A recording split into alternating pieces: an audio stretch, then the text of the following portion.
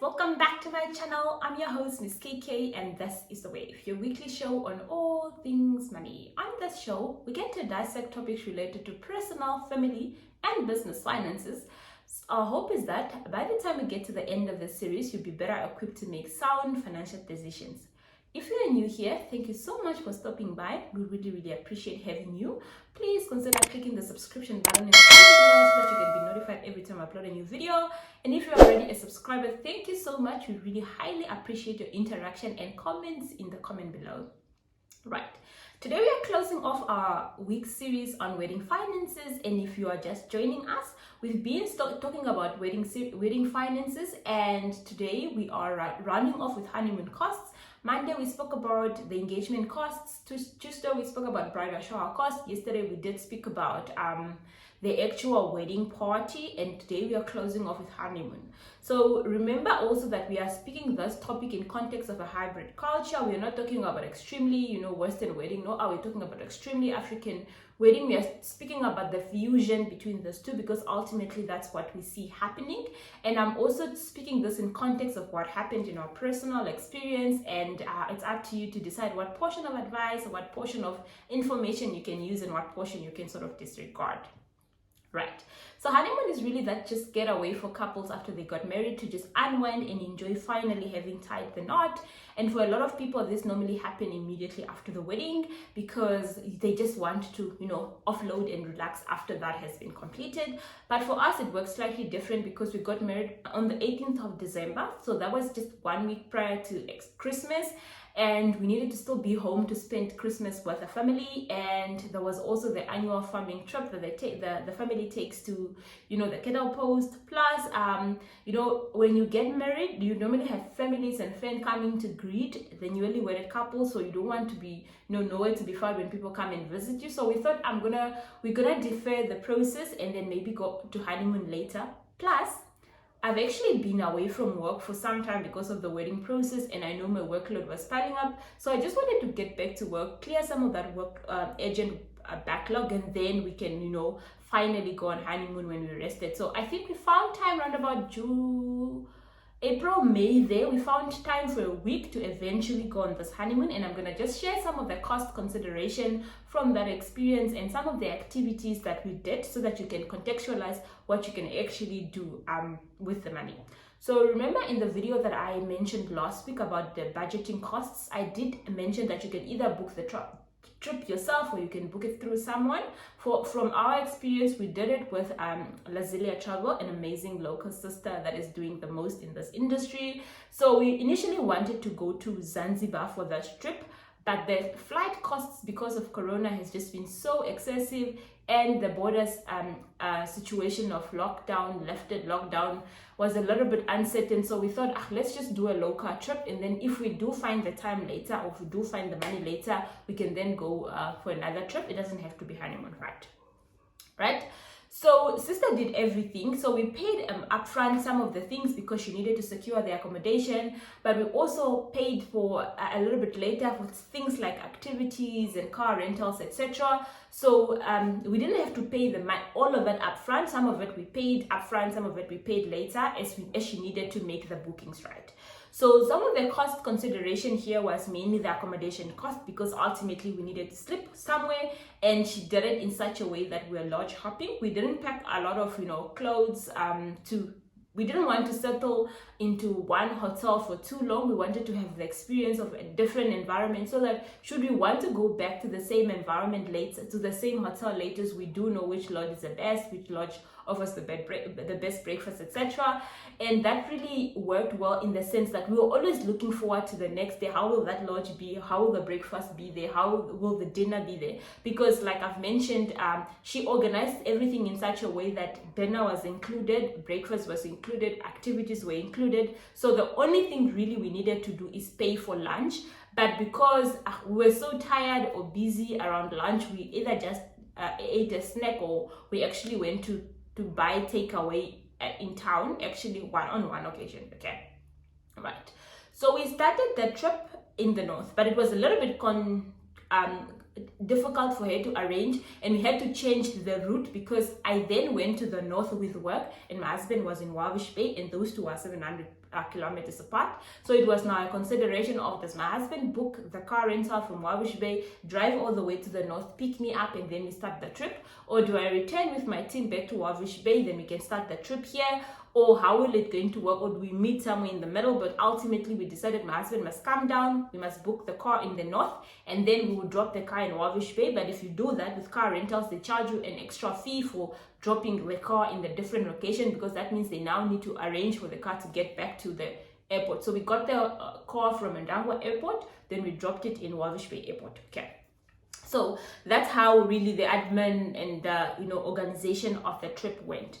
We started the trip in Makuti. So Makuti was our first destination. She had actually planned that we get there we get there in time for lunch, but we're so late leaving home because there was some other admin breakfast thing happening at home and lunch, etc.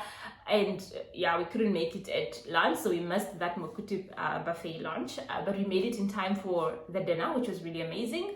When we got to Makuti, she had actually told all these lodges this is a honeymoon trip, so we could really see the lodges had made effort in actually making the place nice and putting flowers on the bed. In some of the lodges we found like amarula on, and in one of the lodges we actually got champagne for it. Okay, so yes, so that was the experience in Makuti. We didn't really do much. The only thing we had to pay on this trip was really the drink. So if we wanted to get mainly alcohol, so if we wanted to get alcohol, then we needed to pay for it separately. So we just put everything on room service, and as we checked out, we paid the drinks, etc. So in Makuti, we slept there, ate dinner, woke up, ate breakfast. Then we decided we were going to do a self-game drive in Etosha. Went to check out Namtoni. We just paid.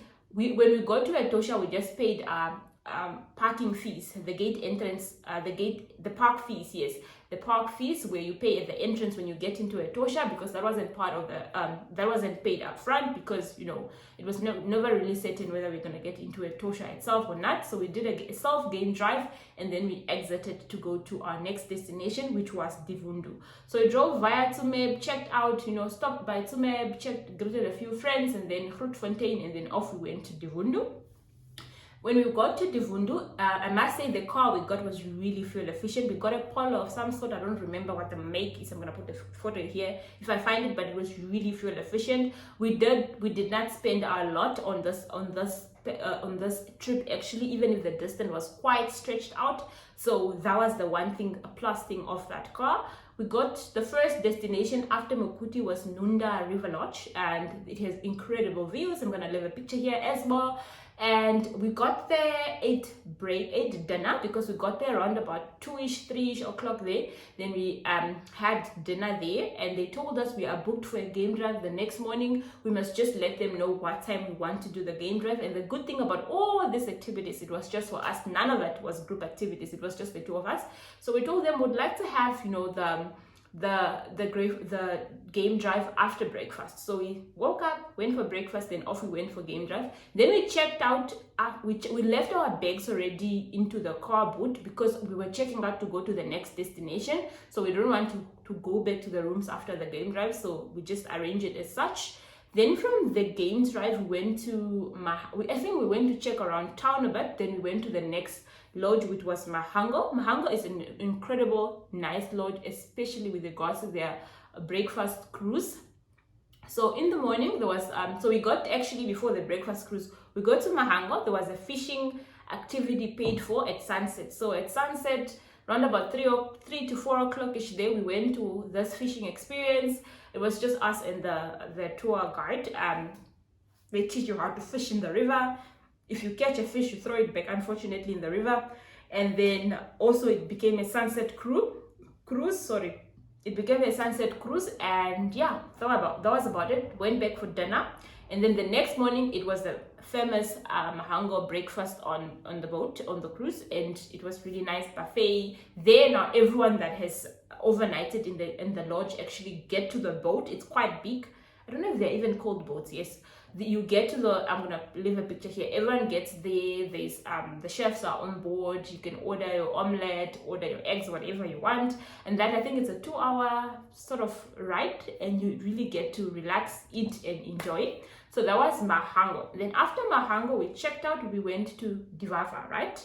Divava is amazing. Just from the entrance of those lamps, I'm gonna leave a photo here, and the lamps, like the view in the rooms were incredible. The bathtub had this amazing views. The shower was outside with this nature look, and we checked in, but we had to leave immediately around lunch-ish there. I don't know, we didn't eat lunch because after that we had to go for a full body massage at Shametu.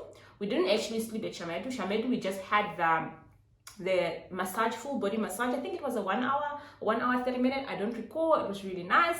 It was also paid for already. And then from there we had to go to the Popa Fall experience. The Popa Fall experience was my best highlight of this trip, right? We had the island to ourselves. We got pizza with a heart made out of chilies, and there was champagne. We popped, we drank, and we really just enjoyed.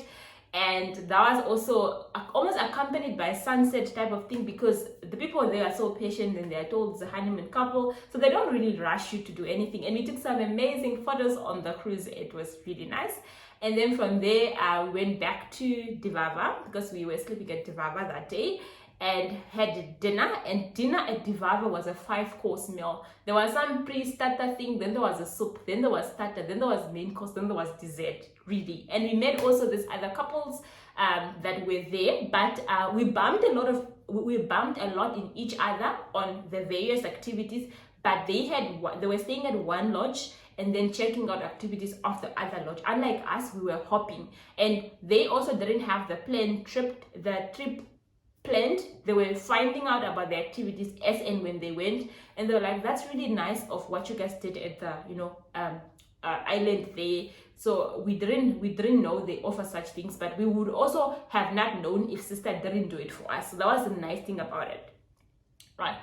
So yeah, and then I think checked out from Divava, and then we were headed off to Wavish Bay. But from Divundu to Wavish Bay, it was going to be a roundabout 11-hour drive, and sister was like, it's gonna wear you guys so much down, and it's gonna just make you tired after all this awesome experience.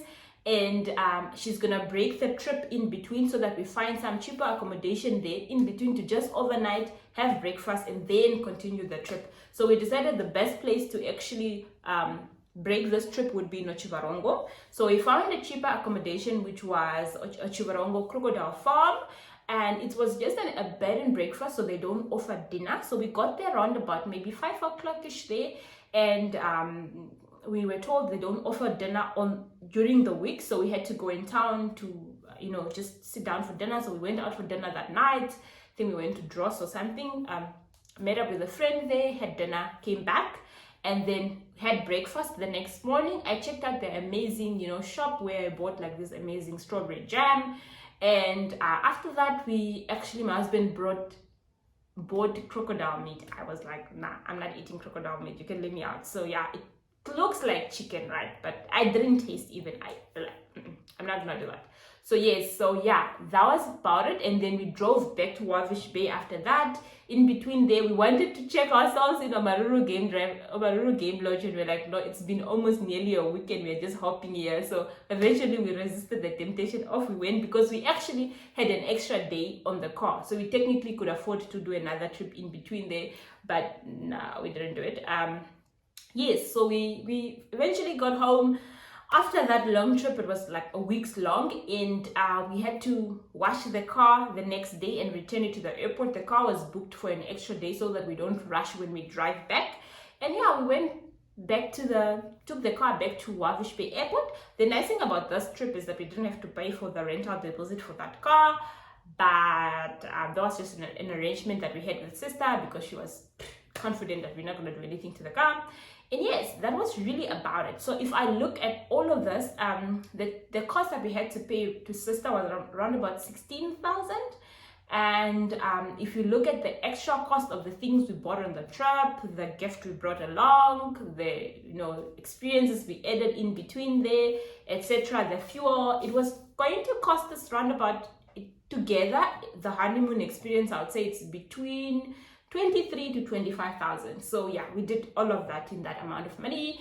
And yes, that was about our honeymoon experience. It took us maybe 3 months after the wedding before we could go to this honeymoon, but we really enjoyed it because by the time we got there, we were so rested. And I'm so glad that we didn't actually do the honeymoon immediately after the wedding, because I would have been so exhausted. After that wedding, I was tired, right? I was just sleeping a lot, and I was just tired of greeting people, and I was just tired. So we really did do justice by waiting, relaxing, and then going on the trip. So yes, if you are planning a honeymoon, it doesn't have to be overseas. It can be a local honeymoon. It doesn't have to be a week. It can be a weekend. Maybe you go on a Friday, come back on a Sunday, or come back on a Monday. Yes, so that was about it. This wraps up our series of wedding finances. I hope you learned one thing or two from this, and I am looking forward to discussing more topics in future with you guys. It is goodbye, and as always, please stay safe. Thank you.